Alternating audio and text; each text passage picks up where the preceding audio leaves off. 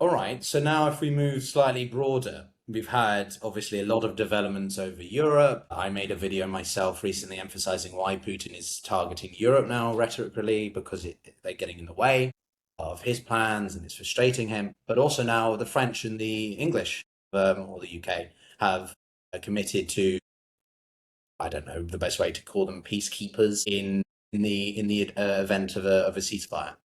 Do you think that makes a difference? Do you think the Europeans are trying to step up in a way that America is not now that Trump's getting more interested in the Western Hemisphere and stuff? Well, you know, the Russians launched this Oreshk missile yesterday Yeah. that struck a gas storage facility near Lviv. And of course, that has an impact. But I spoke with a Ukrainian friend earlier today, and I said, what's the reaction of Russians, of Ukrainians there to the Oreshk, which has got all these headlines, and it's supersonic, 10 times the speed of sound, nuclear capable. It sounds pretty ominous. And she said, actually, they're much more worried about Kinzhal missiles, that the Oreshk was something that was originally designed as an anti-ship missile. It doesn't actually, if it's carrying conventional warhead, it's not that big a deal. It is kind of, it's interesting, but for them, they're much more worried about Kinzhals. But so why would the Russians launch this thing that has such a reputation? It's psychological, exactly the point that you're making. It's to remind people, hey, we have nuclear capable weapons and we can launch this thing that you can't stop. And even if it doesn't make a really big hole somewhere, this is part of that psychological effort because they want to scare European countries to deter them from wanting to support Ukraine directly or to be part of a security guarantee after whatever sort of settlement comes out. So the psychological part is integral to how the Russians do what they do. For us, we tend to, it's like an add-on. For them, it's integral. They're better at it than we are, and we always fall for it. Like, oh my God, they have a nuclear capable weapon. Well, no shit.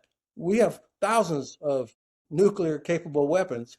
But when you say nuclear capable, that just means this rocket can carry a nuclear warhead.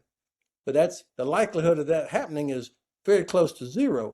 By constantly talking about it as nuclear capable, it sounds much more scary.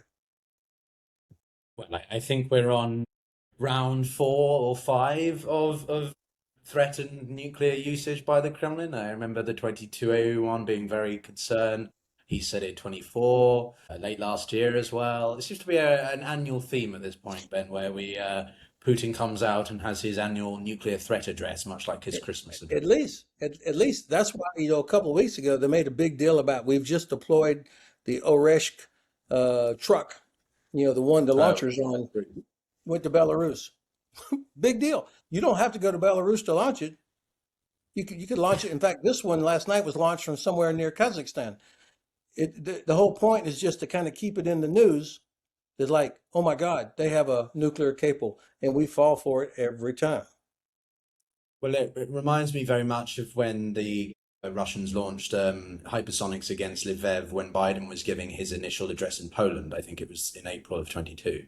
So it's very much they can use them whenever they want. They're also expensive. I don't think the cost of using them is that. Well, it doesn't make much sense. It's very costly to use them for these symbolic strikes, or do you think they're quite easy to manufacture? I think you're probably right. I think, from a purely military standpoint, do you get a real advantage to use it? And striking a gas storage facility is that the best target for your what's supposed to be like your super cool weapon?